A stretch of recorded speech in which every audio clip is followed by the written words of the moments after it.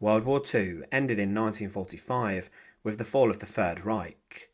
Hitler and many of his top lieutenants were either dead or on trial. But what about the women who stood beside them? Their stories are often lesser known, but equally revealing. These were the wives, companions, and confidants of the Nazi elite. Some were very loyal to the very end, others disappeared into obscurity. This is what happened to the top-ranking Nazi women of World War II. To support our channel, please click subscribe. Eva Brown was Adolf Hitler's longtime mistress and briefly his wife. She met Hitler in 1929 at the age of 17, whilst working as an assistant for his official photographer, Heinrich Hoffmann. Whilst never seen in public with Hitler in an official capacity, Eva was a constant present in his private life. She lived in relative seclusion at the Berghof, Hitler's alpine retreat, where she led a life of comfort but also deep loneliness at times, as her boyfriend would be away on political business. Braun also regularly held many parties within the Berghof house alongside her sister Gretel. She was a devoted supporter of Hitler until the very end. She refused to leave Hitler's side as the end of the war was coming around, despite the fact her sister Gretel lived in the plush Obersalzberg region and was awaiting a child, whom when born was named after Eva. In April 1945, she joined Hitler in the Fuhrerbunker under Berlin as Soviet troops closed in. On April 29, 1945, she married him in a brief civil ceremony. Less than 2 days later, on April 30, 1945, Eva Brown took cyanide whilst Hitler shot himself. Their bodies were burned in the garden above, in the Reich Chancery, fulfilling Hitler's last wish to avoid capture of his remains.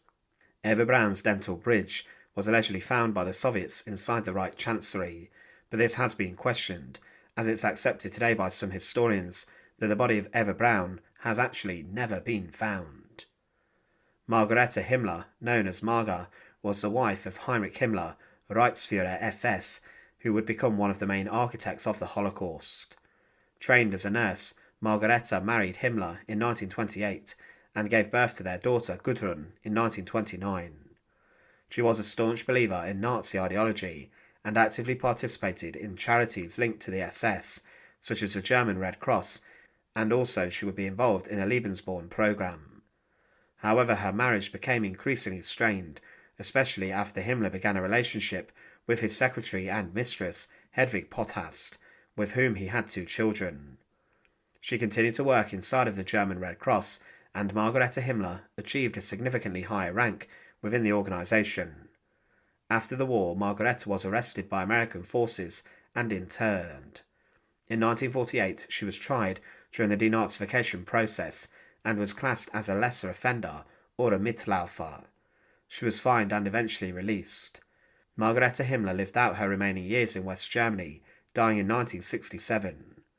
Her daughter Gudrun remained an unrepentant Nazi until her death in 2018 and supported former SS officers through the organisation Stille Hilfe.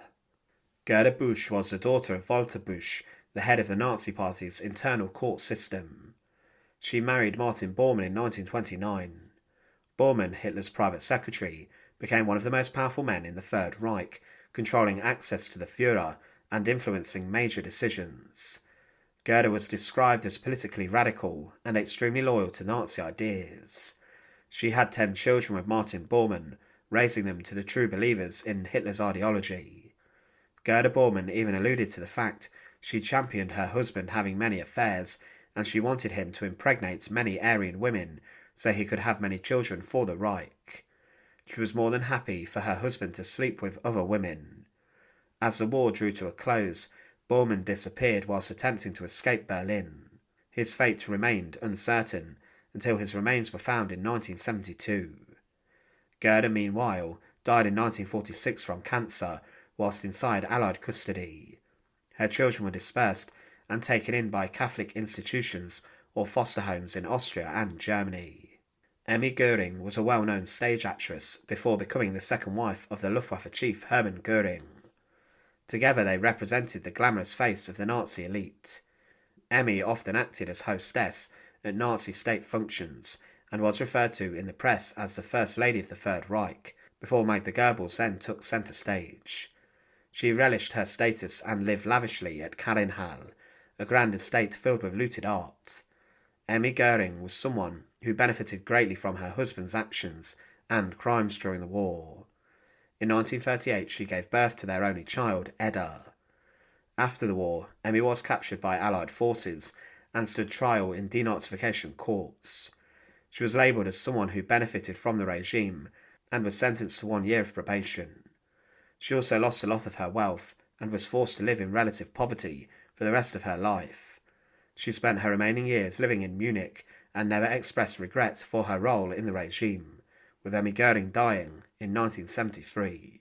Magda Gerbles, wife of propaganda minister Joseph Goebbels, played a prominent public role in the Nazi regime.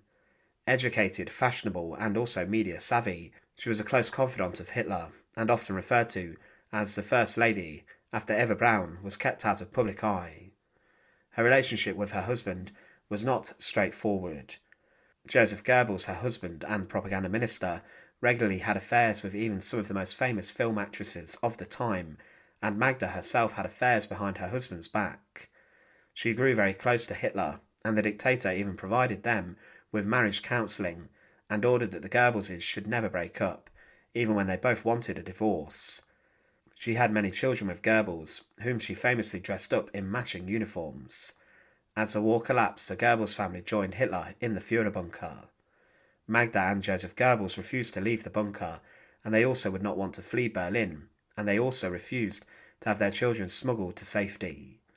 On May 1, 1945, Magda, with help from Dr. Ludwig Stumpfegger, poisoned her children using cyanide.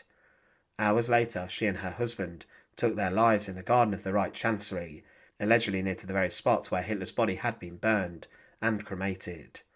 Their bodies were burned outside the bunker, but there was not enough petrol and fuel to deal with this properly, and their remains were later discovered half burned. Magda's was burned in a better way than her husband's body, which was still very much recognisable, albeit rather charred. Magda's cold, ideological loyalty to the murder of her children has haunted historical memory ever since. Lena Hydrickch, the wife of Reinhard Heydrich, one of the main architects of the Holocaust and overseer of the Wannsee Conference, was a committed Nazi in her own right. Lena Hydrickch was someone who encouraged her husband, who had been inside the Kriegsmarine, the German Navy, to take a position inside the SS. Her husband rose throughout the SS, being the head of the SD, the Sicherheitsdienst, and he became involved in terrible crimes. Heydrich was sent to Czech lands to serve as the protector of Bohemia and Moravia, and Lena went with her husband, along with her children. After Heydrich was assassinated by Czech resistance fighters in 1942, Lena received a pension and honorary status from the SS, but her son was also killed inside of Prague as he was knocked down by a truck. She remained a staunch defender of her husband's legacy. After the war she faced many interrogations, but was not charged with war crimes. She moved to the island of Fehmarn and ran a guest house.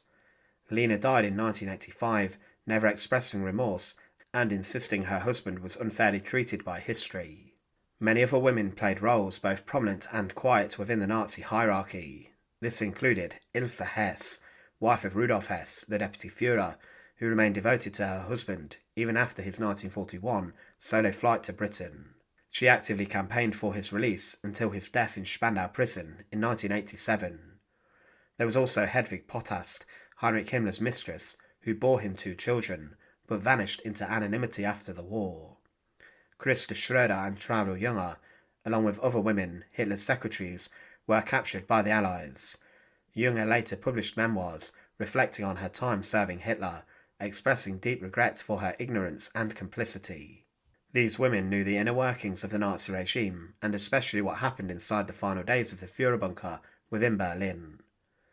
The top-ranking Nazi women of World War II lived in a world of power, privilege, and ideology.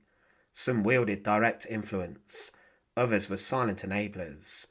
Whether as mothers, wives, or functionaries, they were part of the machinery that sustained the Third Reich. Their post-war lives ranged from death to obscurity, from imprisonment to denial. Yet their stories offer a chilling reminder: tyranny is never enacted by men alone, and in silence there can be complicity. This is their legacy, and this is why we must never forget. Thanks for watching. To support our channel, please make sure to subscribe, and once again, thank you so much for watching.